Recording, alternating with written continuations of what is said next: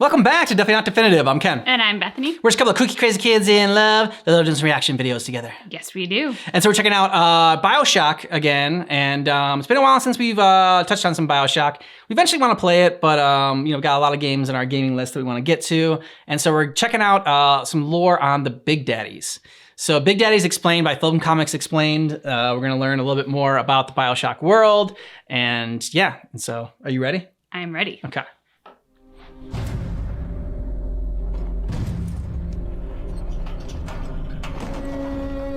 Creepy girls. No, Daddy, it's you.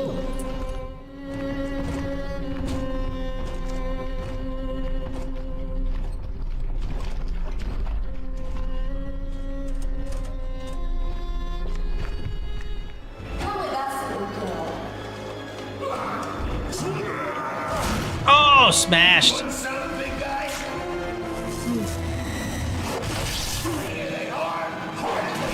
Oh. Yeah. Get out of here, freak! Hey guys, what is up? Nihat here with Film Comics Explained, and today we'll be taking a look at the Big Daddies featured in the awesome Bioshock series developed by 2K Games. The Big Daddies were essentially human beings that had been heavily spliced with Adam, a substance harvested from a type of sea slug that once bonded with human DNA would begin to cause major adaptive mutations in its hosts. They were then grafted directly into heavily reinforced steampunk-inspired atmospheric diving suits, before being armed typically with a rivet gun and heavy drill, though revisions were made in later models granting them rocket launchers, mini turrets, and lasers. Their primary purpose was to protect the Little Sisters, which were young girls that had also been genetically modified and conditioned to reclaim Adam from corpses around Rapture. If all of the Little Sisters on a particular level ended up being harvested or saved, the massive daddies could be seen aimlessly wandering the station looking for them, constantly banging on vents before groaning in frustration and walking away hoping to find another. Aside from the Alpha series, the Big Daddies would communicate by uttering haunting sounds similar to that of whales. They also had a unique bioluminescent chemical substance which filled the helmet, displaying their state of mind with three colors: red, green, and yellow. Green indicated that the Big Daddy was hypnotized and friendly. Yellow meant that the Big Daddy was aware but indifferent to his environment, though it should be noted that in this state, they would still instinctively react to people nearby. And if they stood in between them and their little sisters, the Big Daddies would begin to rage, turning red and ruthlessly attacking the assailants. Yeah.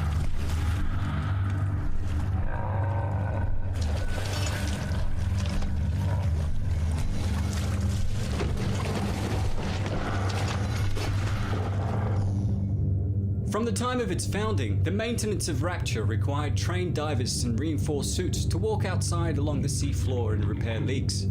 By the time of the Protector Program tests, many citizens of Rapture had been genetically altered with Adam and permanently sealed inside special diving suits to become what they were eventually called, Big Daddies.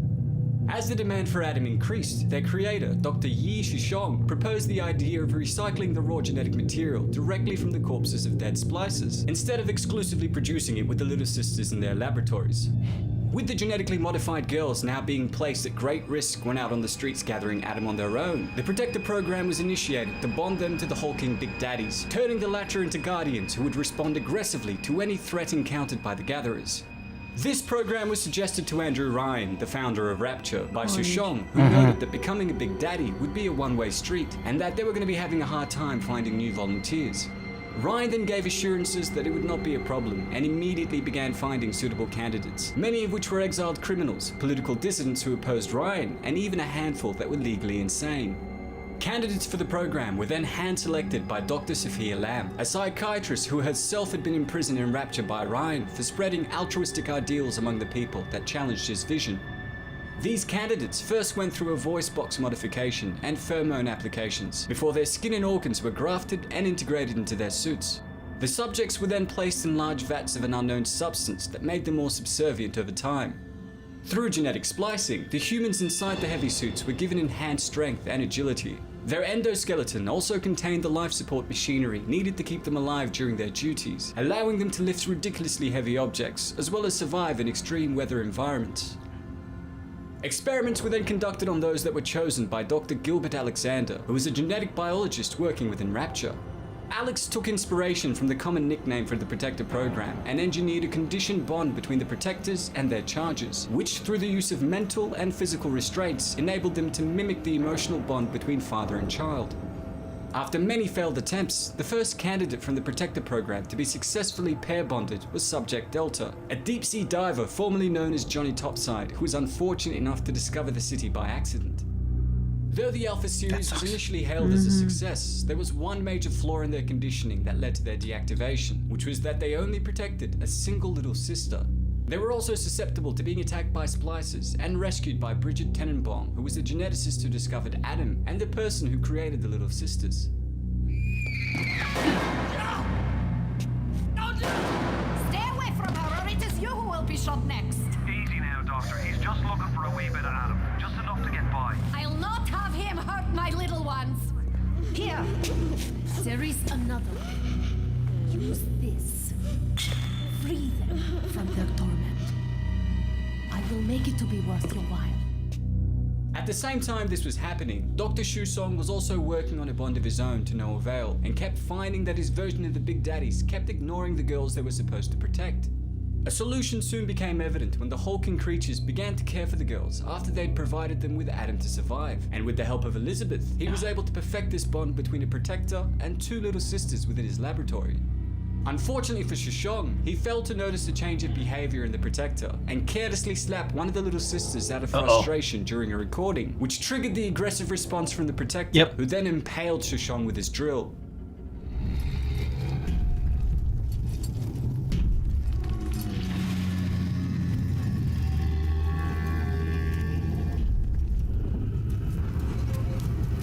Look, Mr. Bubbles, it's an angel. Mr. Bubbles. He's still breathing.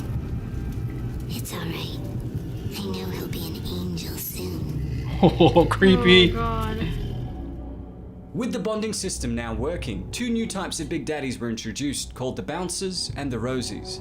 The pairs of Big Daddies and Little Sisters were then deployed into the public spaces of Rapture, much to the shock and anger of residents who were afraid of the Giants. This inevitably led Andrew Ryan to make several public service announcements warning people against approaching the Big Daddies, who he had described as knights in shining armor, created to protect the citizens of Rapture against parasites. As the violence on the streets became more extreme, elite versions of the Bouncer and Rosie were then created to help defend Little Sisters that were in more dangerous parts of the city. Ryan even commissioned a third model of Protector to be created by the Rapture Central Computing, using the help of the Thinker, and thus the Lancer was born, which was considered to be the most advanced Big Daddy up until that stage. Despite the new Protector being finished, it never actually left its den, as Reed Wall, who was an engineer corrupted by Adam, sealed off the entire facility that housed them from the rest of Rapture. By the end of the Civil War, and years after the death of Andrew Ryan, the gathering of Adam continued until the remaining Little Sisters in Rapture were too old to process the raw genetic material. The remaining Big Daddies continued doing maintenance to the city, while the Little Sisters were converted into Big Sisters by Dr. Alexander, who was one of the few remaining scientists left in Rapture. These behemoths were conditioned to serve as enforcers, and also had a diving suit grafted onto them, much like the Big Daddies, giving the remaining splicers a new enemy to deal with. The terrifying units were also used in reconnaissance missions, and were even sent to the surface by Lamb to kidnap girls from the surface to become new Little Sisters. The evolution of the splicers over the years made them particularly effective at fighting the already existing Big Daddies, which forced Alexander to create a new model of Protector called the Rumbler that was specifically designed to effectively dispatch larger groups of enemies. Is that crate really protecting you? Bouncers. The Bouncers were one of the 5 subtypes of Big Daddies seen throughout the series that were clad in a distinctive heavy diving suit, the entire torso of which was covered by a thick metal carapace. Their heads protruded directly from their upper chest and was encased in a hemispherical helmet studded with 8 lit portholes, while a large, fully functional conical drill was attached to their right arm. This drill served as their main weapon, and they would generally attack using powerful blows at close range, though the elite versions of the Bouncers were known to instead carry a spinning harpoon that could be used as a ranged weapon. Rosies. The Rosies were the second type of Big Daddies featured in the first game that were also clad in a similar heavy diving suit, while their torso was covered by a high-gauge metal carapace. Their heads were guarded by a thick metal diving helmet that was welded to the Rose carapace. Unlike the Bouncers, these daddies sported large rivet guns that could be used for melee attacks and proximity mines for long-range encounters. Alpha Series. Though the Alpha series were the first line of protectors to be bonded to little sisters, they were not introduced to the game series until Bioshock 2. As mentioned before, they were essentially a failure due to their commitment to a single little sister, and though many had died throughout the years, there were a handful that survived. Having lost their little sisters long ago, these daddies evolved into things that more closely resembled splicers, attacking anything that was unfortunate enough to pull up beside them. Lancers. The Lancers were the most technologically advanced Big Daddies featured in Rapture. Much more stylized in appearance than their counterparts, their armor resembled a cross between the Art Deco style used to design the buildings of Rapture and Knights of the Middle Ages. Slightly taller, slimmer, and more decorated than the other Big Daddies, these giants would use a powerful ion laser, as seen in the DLC to Bioshock 2. Rumbler. And finally, we have the Rumblers, which were the newest variant of the Big Daddies designed by Dr. Alexander. These guys sported an incredible arsenal of weapons, including mini turrets and a shoulder-mounted RPG that would shoot non-guided rockets. Though they weren't as heavily armored as their counterparts, they made up for this in mobility, which, coupled with their impressive weapons, made them a formidable enemy to say the least. I like to look a man in the eye when I give him my word. You and me, kid, we're going places. You are aware of your plight.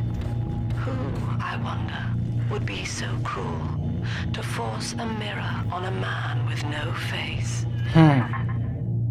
Well, that's all for today, folks. Thanks to all of you guys who requested we take a look at the Big Daddies featured in the awesome Bioshock game series. If there's any other stuff you'd like me to check out, please don't hesitate to ask. As always, it's been a pleasure. Niat here with Film Comics Explained. Thanks for stopping by.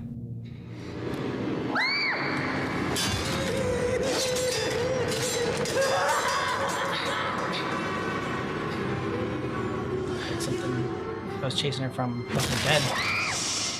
Ooh. I won't hurt ya. Yeah, you won't.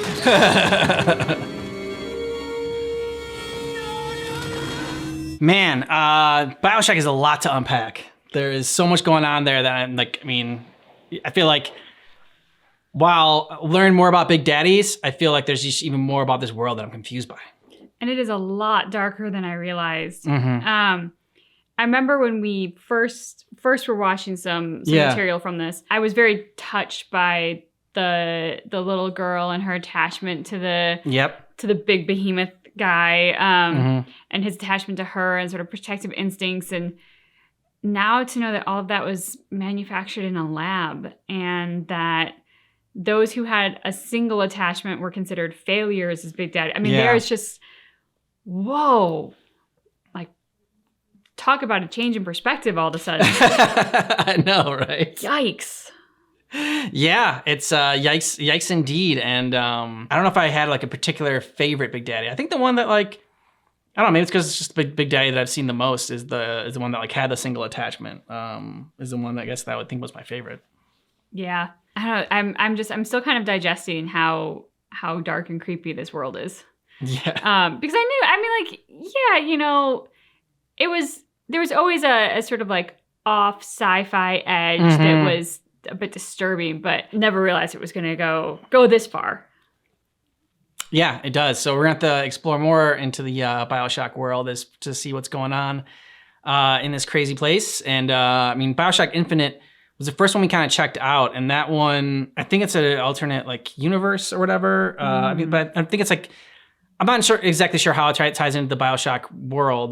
But like that one didn't seem as dark as like the first two Bioshock games, which I guess is what this touches on, because it didn't talk about Bioshock Infinite or any of the like sort of games that might have been, or Big Daddies being a part of that. And I didn't see any Big Daddies when we checked out Bioshock Infinite. So you have to let us know what you thought about this down below in the comments, and more stuff to check out from Bioshock. And if you see a comment you agree with, go ahead and give it a thumbs up. It helps us see it. And thanks so much for checking out our reaction for Bioshock. Big Daddies Explained by Film Comics Explained, but just keep in mind that our reaction is definitely not definitive.